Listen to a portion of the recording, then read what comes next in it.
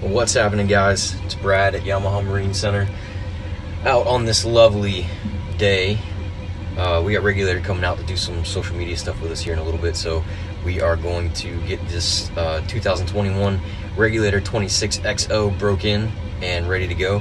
And I was just checking out some of this new Helm Master EX equipment. Pretty cool stuff. This boat is equipped with a single engine binnacle, of course, being a single engine boat, but it still has the ability to add autopilot pretty simply, which is one of the 3 steps you can do on the new EX system.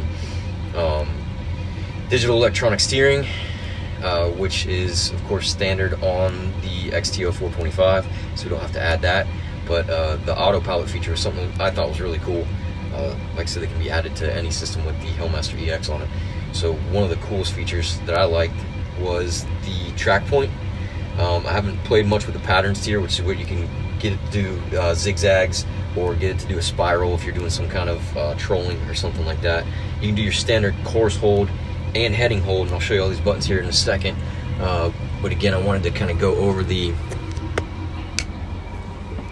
whole system. Here's the Garmin 8616, and in this one as well we have the new CL5, which this is pretty cool. It's not as full function as the CL7, but it is still all touchscreen, nice color screen, easily visible in light, and it's a pretty intuitive deal. But to get the autopilot to work, once we got everything hooked up, which is pretty much hooked up from the factory, you just have to go into this menu here, calibration, and then set up the compass. So pretty much we did 1.5 turns so it could get a heading. And then it's kind of cool because it shows you all along the bottom, just like the old Garmin stuff. So I don't know who makes this system for Yamaha. You know, C-Star used to make the old Helmmaster stuff, but it's the same as the Autopilot Wizard on the Garmin stuff. So it'll show you where you're at as far as your adjustment in your setup and your alignment, and then you go through to do a set north. So we go to compass setup, menu, the calibration was where we did the 1.5 turn. Low speed, you try to keep the bow and the boat as level as possible. Even, you know, if you're turning, you don't want to get too much pitch out of the boat, or I guess it could affect the whole setup. But then set north was pretty simple. You need to maintain enough clear water ahead, so you have about a 45-second boat on plane, and then about 45 seconds for it to set north. And then as soon as you do set north, I mean, it pops up almost dead on with mechanical compass, so we have a good heading there. And you can see in mechanical we're probably within a couple of degrees, and I don't know if we're getting any interference from the electronics, but anyway, you can see some of the patterns here I did earlier, but can set waypoints. Let's say we'll try to make it not too far away, but we can do a couple of turns, and then we can go route 2, and then we can come right here. And I try not to make the turns quite as drastic, because if it doesn't feel you can safely make the turn, it pretty much won't do it for you.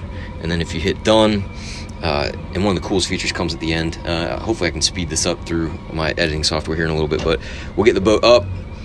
It's not fully broken in yet, so we got to be kind of ginger putting it on plane.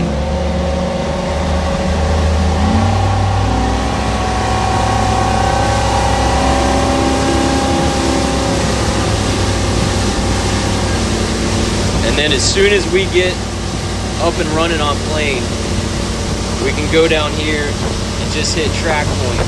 You can see on the screen track point activated. And hopefully this is the part I can speed up for us.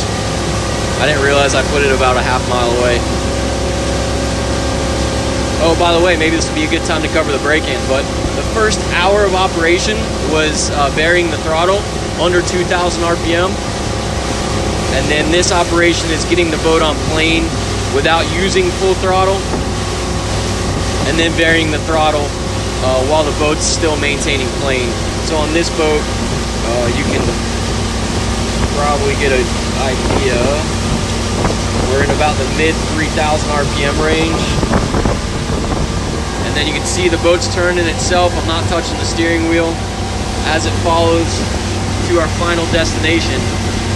And I mean, all that's pretty cool because you can really pick a complicated route if you really needed to move around stuff, and the system knows if it's safe to operate there. course, we have one of the only boats out today going to go right in front of us. Slow down here a little bit.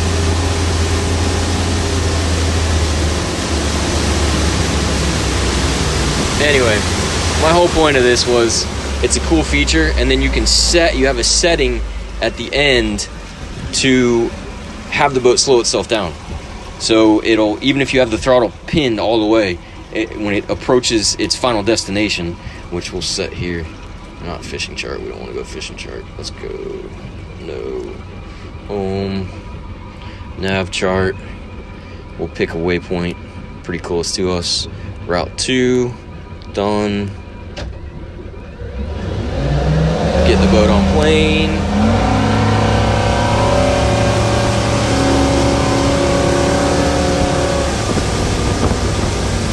hit track point, and it goes into deceleration mode. So as it starts getting closer, you can see the throttle staying down. It'll automatically decelerate. And what's even cooler is if we eventually want to add the joystick, which you can do on a single engine boat now. Once you add the joystick, you can have it go into stay point or set point, or it's all called set point, but you can go into stay point, like fish point bow, fish point stern, any of those Yamaha features on there. The boat will go right to the waypoint and engage the Helmmaster joystick and then keep you over whatever spot that you were navigating to. So one of the cool features, and again, this is one of the first times I got to play around with this, so I've just been reading about it. It's just kind of neat to get out on the boat and see how it actually functions. I'll have a couple more videos hopefully coming up with some of the other functionality, but there you go, stop navigating, we arrived. I don't think it'll put, yeah, shift all levers in neutral, so it won't put it in neutral unless you have the joystick. But knows we're there. I said CL5, nice gauge. You can run the autopilot from this screen or any of your Garmin screens. This is the standard electronic setup on this boat now, so 8616, or you can upgrade to twin 8612s. With the CL5, I think we can go to a CL7, and then of course the EX binnacle, and then we added the autopilot, which is a pretty nominal expense comparing it to the older Garmin setup. It can be pretty pricey. This is probably about 2/3 that price. The autopilot itself isn't anything fancy. It's not like that GHC20, but again, you can run everything from the Garmin or the CL5. But buttons, I don't know, I don't want to call it cheesy, but it's kind of plasticky, not very fancy looking. We can upgrade this with like a remote and all kinds of cool stuff. But yeah, we'll do a full sea trial once the boat's completely broke in. We got about another hour break in, maybe half hour.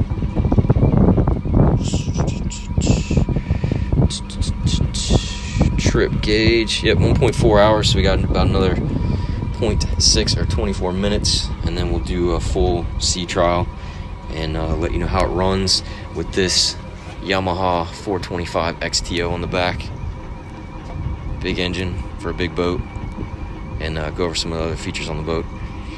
But if you have any other questions about the 26xo or any other boats on the lot, feel free to call us, Brad or Barton, 904-644-7631.